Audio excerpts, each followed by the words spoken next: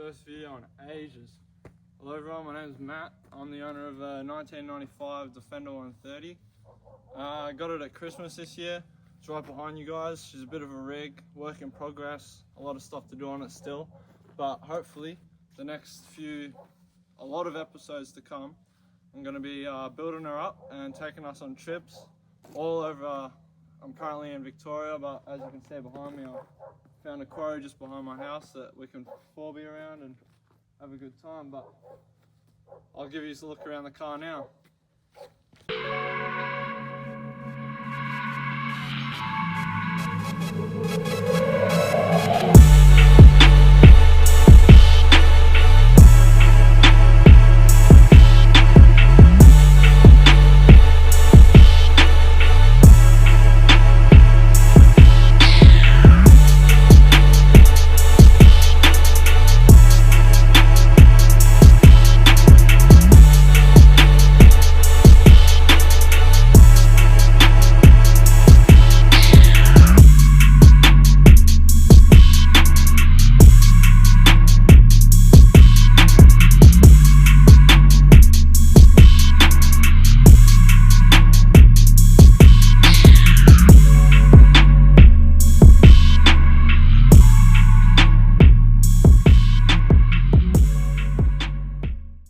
So I'll just go through the interior first.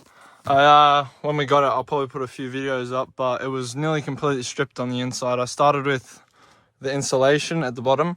So I got the car builders and then the waterproof four-wheel drive stuff. I went with this one only because, well, I suspect that we're gonna end up flooding the car at some point. And you can just tell what's gonna do to everything. But honestly, the car floods anyway. I mean, as soon as it rains, the puppy fills up with water here. This turns into a lake. But besides that, we put new center console in. This was one of the first things I did. Couldn't go without any cup holders, essentials. Then when I got this floor mat, this was very dear. Got it off a bloke in Geelong. He just imported them, I think. All the door cards, it came with the car. So this car originally was in Alice Springs on a cattle station. It had been there its whole life, for all 220,000 Ks that it has on the clock. I think it's been there since it had 9,000 Ks. Other than that, a bloke in South Australia actually found it on the station, and the people on the station were hell-bent on Land Cruisers, so never really drove this thing, which for us, that's kind of a score. Other than that, the interior is pretty stock. I ripped out the radio. I plan to put a screen there. For Apple CarPlay and things like that. It'll need new speakers. It's got these ones. Do not know if they work. It's got random switches that just do nothing. The heater works. Aircon doesn't. You know, old cars. Every time you drive it, more orange dust comes out because of where it was driven. The headliner definitely needs replacing. But looking at prices on headliners for these things, I'm going to try and do it myself. What else? We didn't do much to the outside. It has its dings and scratches, a few bangs up. All the fenders are pretty bad, but otherwise the body was alright. The paint is terrible. This bed, I plan on putting a tray. It's got holes all through it. It's basically a sinking bucket. Tail lights, got my plates, everything. Defender 130. The chassis, we fully redid the underside of the chassis. So me and my dad took the bed off the car. I'll put a few videos of that up, a few photos. We resprayed most of the chassis under here. The only thing we didn't really replace was the fuel tank. Other than that, we did sway bars, bushings, ball joints. Diff was the same. We left the diff because it was fine. We changed the oils. Exhaust is currently not connected. It ends right there, as you can see. Drive shafts we left. The uni joints will need replacing very soon. I can feel them as we drive. The shocks were not touched. They are very stiff. At the moment, the GVM is like 4 ton, I think. It can tow 4 ton. I honestly wouldn't. I don't think it would be able to. The motor's, you know, maybe at like 20k an hour, she'd pull 4 ton. But other than that, what else did I fix? just about everything. I'll put some videos of and photos of the stuff we did change and what it looked like under the hood. Under the bed. I guess the one thing that most people want to know is what tires, wheels, and flares that I'm running. Currently, I went for the 315s, just some all-terrain, pretty cheap to start with. LT 315 by 75 by 16, so 16-inch rim. They are the dynamic steel rims. I got the circle. There's also like a Sunraysia and a real bead lock, but I didn't want to go too illegal, so I just got the normal ones. They look alright. So that's like just under 35s. Basically, everyone calls it a 35. I went with all-terrain just to start so I can feel the car out. As I've just started, I've only put about 1,000 Ks on it from me driving it. The flares, I would not recommend these flares. These are some cheap Chinese flares. But when I say cheap, they're built cheap. They cost a fortune. For what they are, I would not buy flares. I would go big or go home.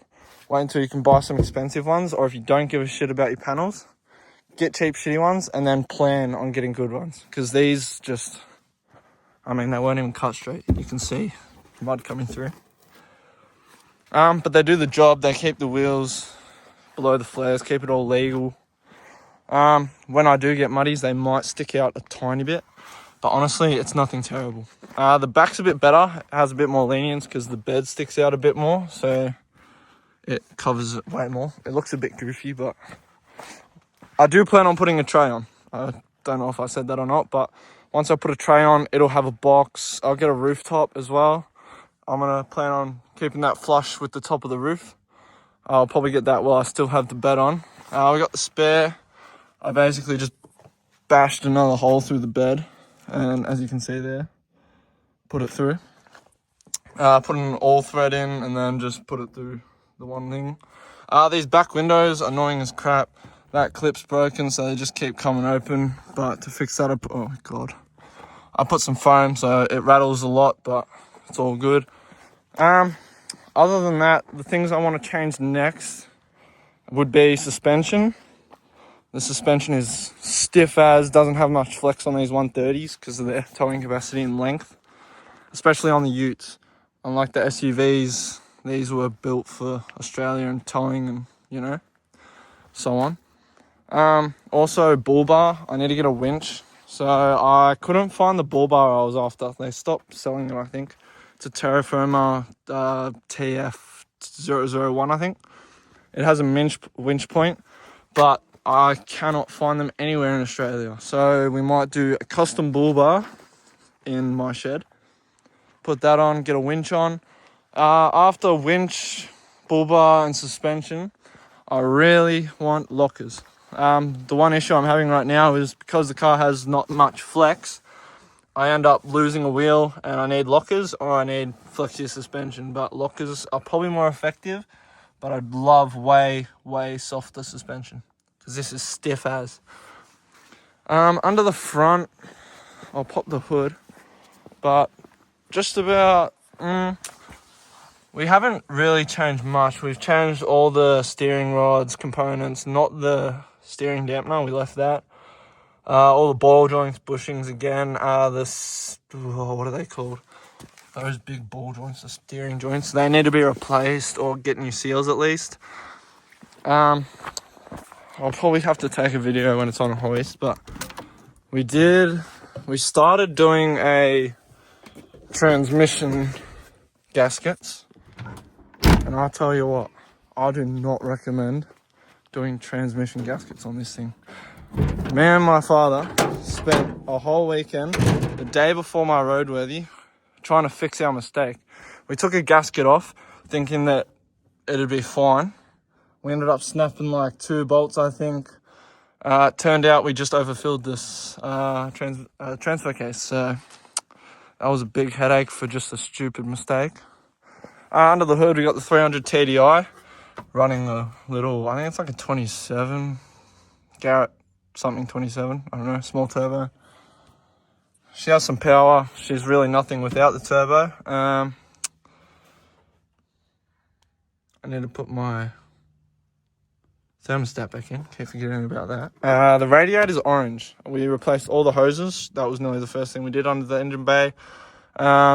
This thing is orange. The radiator is full of orange dust and it is annoying as crap. Can't get it out. Just got to keep flushing it before I put the thermostat back in. Just means in winter it runs a bit cooler, which will reduce the life of the motor, but you know, so will a heap of orange dust, and overheating's probably worse for it. The brakes were a big issue on the roadworthy. We ended up doing everything except for the brake booster and the master cylinder. So we ended up changing all the brakes. I'll put some videos and photos up. So all the brake pads, all the calipers. We didn't get new calipers, but we sort of rebuilt them. We got new pads, new fluids, rebled them probably twice now. Took it for its first roadworthy, failed. The bloke said it had no brakes, which I could argue against, but I ended up changing the brake vacuum, which is that black thing there. I'll probably have another better video of it. That bit there. But after changing that, it sort of helped a lot. The second bloke I took to didn't say anything about the brakes, so that was a success. Heater, I had troubles with that. The demister wouldn't work, but it was just one of the cables that was stiff, that one on the side there. I did think it was this one, so I got a new one of them, but I realised that means nothing, that cable. That's just for, I don't know, changing something. But it works. That was a waste of money. What else? Everything seems alright. It's only got 200,000 Ks. It hasn't been abused, you know, like terribly. Aircon needs to be regassed, we assume. It has got the unit there. These didn't come stock with aircon, so that is aftermarket, I'm fairly sure. Other than that, stock headlights, just about everything stock on this car. Old paint job. I think when I do get it repainted, I might keep that decal. Other than that, that is the car. I'll start it up. Gearbox hasn't had any issues. The synchro between first and second is gone. So when you change between first and second, she crunches.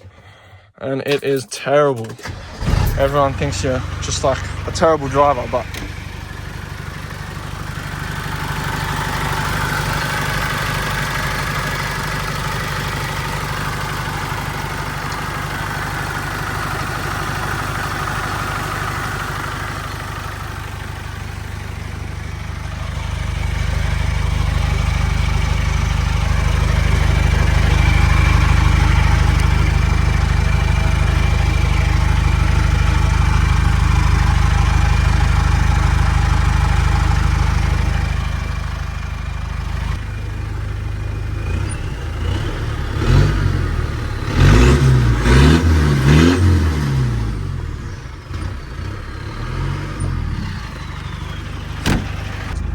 that's all for now. I mean, the first kind of look at the car. We might wheel, do a few of these tracks maybe.